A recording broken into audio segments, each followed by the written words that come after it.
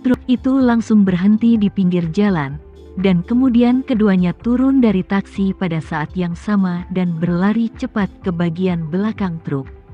Pengemudi mengetuk bak truk dengan ringan dengan ujung jarinya, dan bak truk segera terbuka dari dalam. 6 orang di kotak kargo sudah berubah menjadi satu set lengkap peralatan tempur saat ini. Pelindung tubuh, helm, dan senjata api hampir sama dengan perlengkapan yang mereka bawa saat si 47 Mei menyerang keluarga kakek dan nenek Tama. Setelah keduanya melompat ke dalam kotak kargo, yang lain segera menyerahkan peralatan yang sudah disiapkan kepada mereka dan dengan cepat membantu mereka memakainya. Setelah keduanya dipersenjatai, pria yang duduk di kopilot berkata dengan nada yang sangat serius, "Semua orang, 2 per 2, periksa peralatan satu sama lain, tidak boleh ada kelalaian." "Siap." Yang lain segera merespon, dan kemudian terdengar suara klip dimasukkan dan senjata diambil dari kotak kargo. Setelah pemeriksaan peralatan semua orang selesai, orang yang memimpin berkata, "Saya akhirnya akan mengulangi persyaratan misi untuk semua orang. Persyaratan British Lord adalah bahwa kecuali untuk target yang harus ditangkap dan dibawa hidup-hidup, semua orang akan dibunuh, dan tidak satu pun dari mereka akan tertinggal." "Kamu mengerti?" 7 lainnya berkata tanpa ragu-ragu, "Dimengerti." Pria itu berkata dengan serius, "Hari ini adalah keberuntungan besar kita. Kali ini kita harus menangkap yang selamat." Dikatakan bahwa Tuan Inggris telah mencari tujuan selama beberapa dekade. Tuan tidak mendapatkan berita pasti dari pihak lain sampai hari ini, dan dia menugaskan tugas penting ini kepada penjaga kavaleri kita. Kita harus berusaha sekuat tenaga dan tidak pernah mengecewakannya. Ini adalah kebangkitan penjaga kavaleri kita di depan Tuan. Ini adalah kesempatan besar. 7 lainnya tampak tercengang, dan masing-masing dari mereka berkata dengan penuh semangat, "Jangan khawatir, Komandan, kami akan melakukan yang terbaik dan tidak pernah mengecewakan." "Oke." Pria itu tersenyum dengan berani dan berkata, "Saudara-saudara, buat prestasimu malam ini." Setelah berbicara, dia melihat ke arah pengemudi dan berkata, "Hei, menurut rencana, mobil akan diparkir di sini sementara. Kamu bisa menyelinap bersama kami. Jika misi berjalan dengan lancar, kamu dapat kembali dan mengemudi di tengah." Sopir itu berkata tanpa ragu-ragu, "Oke, Komandan. Saya mengerti." Komandan itu mengangguk dan berkata dengan keras, "Oke, turun." Mengikuti perintahnya, bak truk dari kotak kargo terbuka, dan 8 pembunuh berpakaian hitam, berbekal senjata hitam dan memakai topeng hitam, terdiam, melompat keluar dari mobil, dan kemudian dengan cepat menghilang ke tanah pertanian di pinggir jalan, bergerak menuju target dengan cepat tetapi dengan gerakan diam. Tama sedang berbaring di atas truk, menatap sosok 8 orang, siap datang dengan belalang untuk menangkap jangkrik, dengan Oriole di belakang. Pada saat ini, suara Yoshua datang dari earphone, "Tuan Renza, bawahan saya telah menyelidiki informasi identitas 8 buruh pelabuhan yang bertugas, dan informasi tersebut menunjukkan bahwa 8 orang ini semuanya adalah warga asli Nordik. Dan file-file sejarah sangat bersih, tidak seperti seseorang dengan identitas misterius dan asal tidak diketahui. Dan juga, rekening bank mereka, sore ini, tiba-tiba menerima 1 juta euro tunai dari sebuah perusahaan Amerika. Waktu untuk menghasilkan uang hanya 1 jam lebih awal dari saat pesawat ini melewati rute Bergen. Saya menduga bahwa mereka sementara dibeli dengan sejumlah besar uang, jadi mereka bekerja sama dengan orang-orang ini." Setelah berbicara, Yoshua menambahkan, "Ngomong-ngomong, Tuan Renza, perusahaan Amerika yang membayar mereka adalah perusahaan yang dikendalikan oleh keluarga bibi Anda yang lebih muda." Tama sedikit terkejut ketika mendengar ini, dan tidak bisa menahan diri untuk tidak menghela nafas. "Sepertinya garis bibiku yang lebih muda. mereka tidak takut diekspos sama sekali.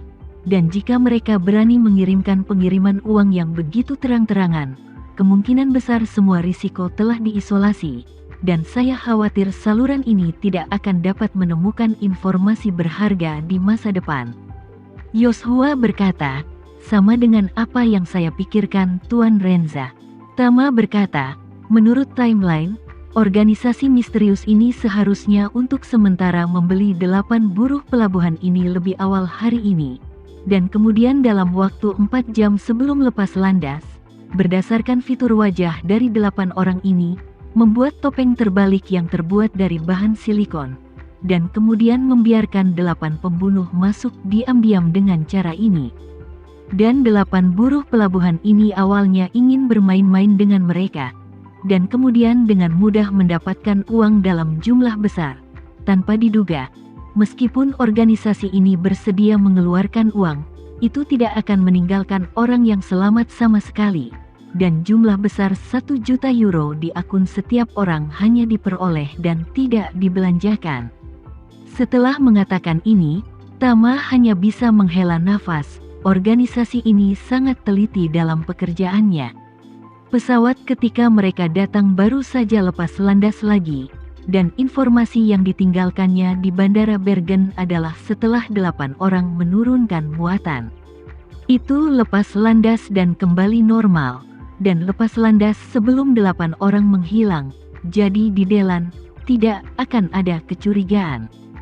Bahkan jika ke-8 orang itu akhirnya ditemukan hilang, tidak ada yang akan mencurigai pesawat itu.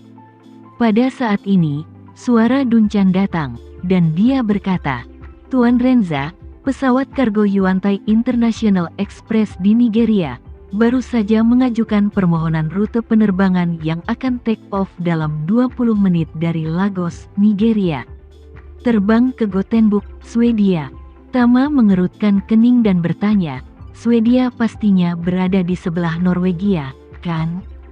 Ya, Duncan berkata, Gothenburg berjarak sekitar 600 km dari lokasi Anda saat ini. Tama bertanya lagi, berapa lama waktu yang dibutuhkan pesawat untuk terbang dari Nigeria ke Swedia? Duncan berkata, sepertinya lebih dari 7 jam. Tama mengangguk, sepertinya setelah 8 orang ini menyelesaikan misi mereka, mereka akan pergi jauh-jauh ke Gothenburg, Swedia, dengan pesawat lain. Setelah itu, Tama tersenyum sedikit dan berkata dengan bercanda, sepertinya pesawat ini tidak akan terbang dengan sia-sia. Di earphone, Yoshua berkata kepada Tama, Tuan Renza, bisa dipastikan pesawat yang terbang ke Swedia itu untuk menjemput orang, tidak mengirim sekelompok orang lain ke Swedia untuk melakukan tugas lain? Saya khawatir mereka mungkin masih memiliki beberapa misi lain untuk mereka di Swedia. Tama berkata, saya mendengar percakapan mereka barusan. Mereka tidak di sini untuk membunuh orang kali ini, tetapi untuk mengambil kembali beberapa orang target yang penting bagi organisasi. Jadi mereka pasti memiliki brankas yang cukup. Selain itu, untuk menghindari paparan, pesawat tempat mereka datang sudah kembali. Jadi saya berspekulasi bahwa pesawat yang terbang ke Swedia ada di sini untuk menjemput mereka. Setelah berbicara, Tama menambahkan, dan juga, lalu lintas darat antara negara-negara UE tidak memiliki kontrol perbatasan, dan kenyamanan berkendara sesederhana berkendara antar 2 provinsi di tanah air.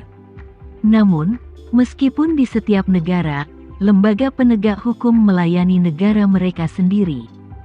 Jadi begitu mereka tiba di Swedia, itu akan membawa banyak kesulitan untuk penyelidikan polisi Nordik, dan meninggalkan negara itu dari Swedia adalah pilihan yang sangat sempurna. Dari panggilan pihak lain tadi, serta urutan kedua pesawat, Tama mungkin mengklarifikasi ini. 8 orang dalam misi ini, mereka terbang jauh-jauh ke Norwegia untuk menangkap seseorang yang sangat penting bagi organisasi. Rute yang mereka atur adalah memasuki Norwegia dan pergi melalui Swedia.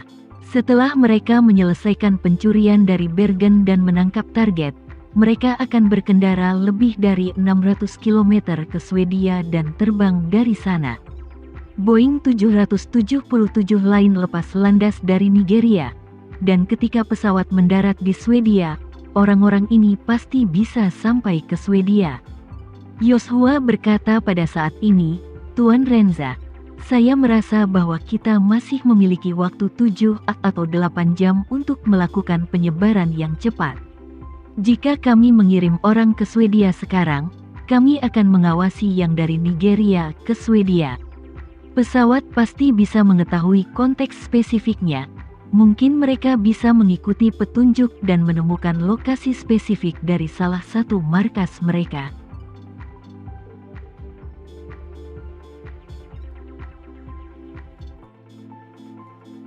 Sekian dulu ya video kali ini, kita lanjutkan lagi videonya di lain waktu. Oh iya, bagaimana menurut kalian? Semoga bisa sedikit menghibur kalian semua.